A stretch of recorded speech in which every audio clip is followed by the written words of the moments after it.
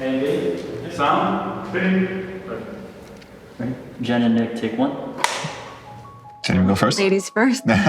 I'm Jennifer Boccagno. Nick Boccagno, Jennifer's husband. We're here to talk about our Waldorf story. When we met and we were getting married, I knew it immediately that we would be having our moments at the Waldorf. We stayed in a suite, which became an important suite, 27Y. That's when it began. You wanna? I'll talk the whole time. She will talk the whole time, I know. That's fine. Yeah, it's okay. It was our 1-year anniversary. We luckily got our room again, 27Y. I brought along some of our wedding pictures because that was still very new to us, even as 1-year newlyweds. And then she had the idea. She's like, what do you think about, taking some pictures, put them in an envelope and maybe sticking them, somewhere in the room. And every year we come back here, we stay here, hopefully it's still there.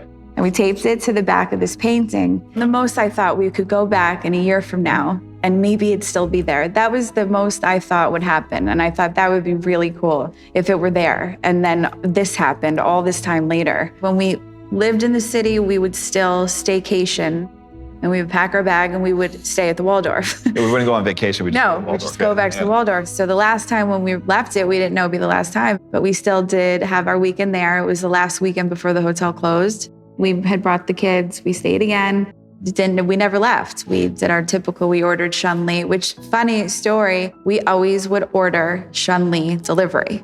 And to this day, Shunli and their system has our names, my name, and it says the Waldorf Astoria with the address. So that's where they think that we live. So it's so special and so cool. And to be able to be there again and then be back with my kids were in places where I was when I was their age, and it to still be going on and to have the photographs at least of it. It just, I was happy with that. I never thought anyone was going to find it. Construction was going to happen and, it was going to get lost. And it was found by a construction worker and it just blew our mind. We thought it was totally gone forever. He said, I don't know what made me pick it up, but I had seen this manila envelope. On the outside, it said something like, do not discard, open me. So he had explained, how he found it and why. And shockingly, what we thought would never happen did happen. And we have those photos and those memories.